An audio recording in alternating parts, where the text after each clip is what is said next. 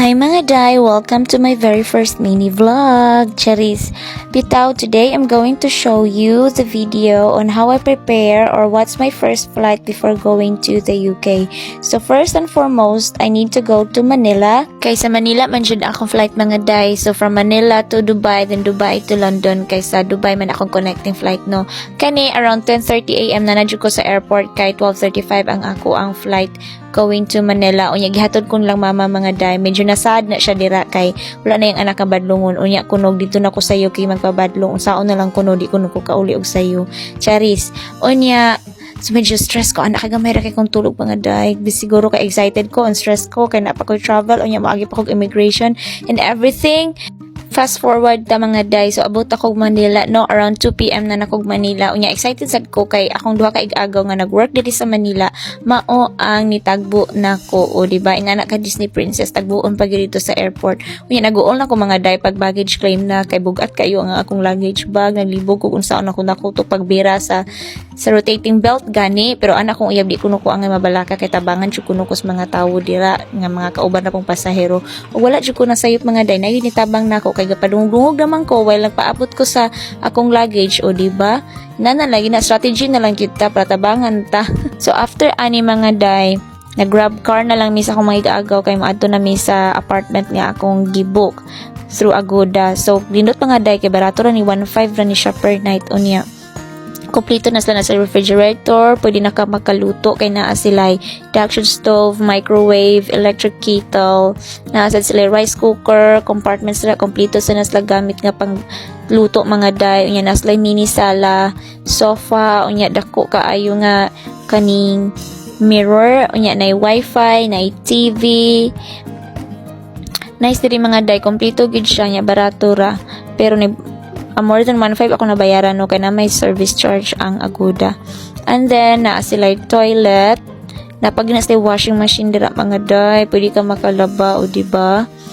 Dayon na hot and cold shower na sad sila diri. So okay rigid kaayo kay barato ra pero na stress ko ani mga day magchika ta later sapot ko ani kay ang Agoda wala naghatag na kog sakto nga instructions na kailangan din ako i-contact ang host before ko mo check in. So nawarla ko ana no pina-update nya mo ni ang bed ako sa ilang bed diri enough kaayo for 2 persons gani.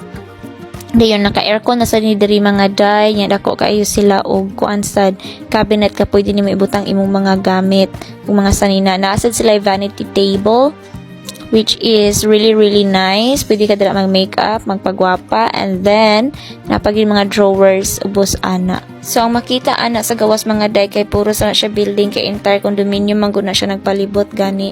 Nya na nakalindot diri sa terrace mga day kay na siya bangko dira sa kilid og table. Pwede kay ka dira mag-coffee or mag-chill at night time.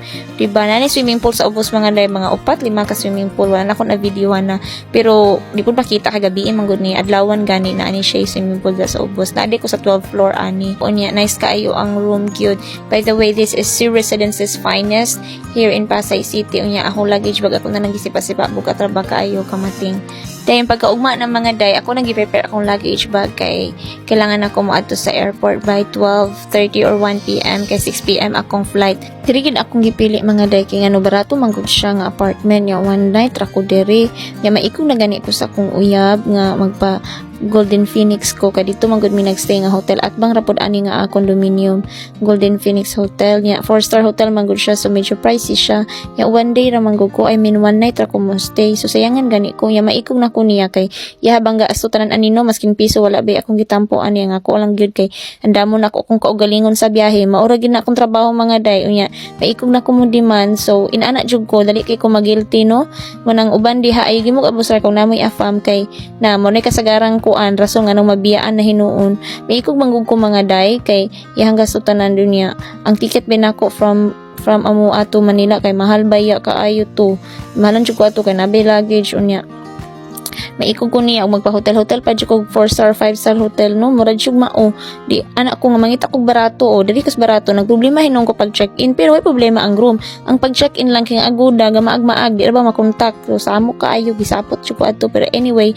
I was very happy kay cozy kaayo ug nice kaayo ang place no nya barato ra na highly recommend gid diri sa kuan sa Sea Residences sa Pasay City duol pag siya sa airport mga day 8 to 10 minutes na abot na ka sa airport muna convenient kaayo siya unya kaning luggage bag o kaning belt niya mga day kani ang lock diri ra nako ni siya napalit sa online app so if you want to know kung asa nako ni siya napalit I'm going to share you in the comment section ang link kung asa pwede niyo mapalit as in barato ra ni siya mga day less than 100 pesos ang belt mga day ug kanang luggage bag 1,000 kapin ra sad akong palit ana so that's all for today mga day and see you on my next video cause I'm going to share to you my travel from Manila to UK so bye see you next time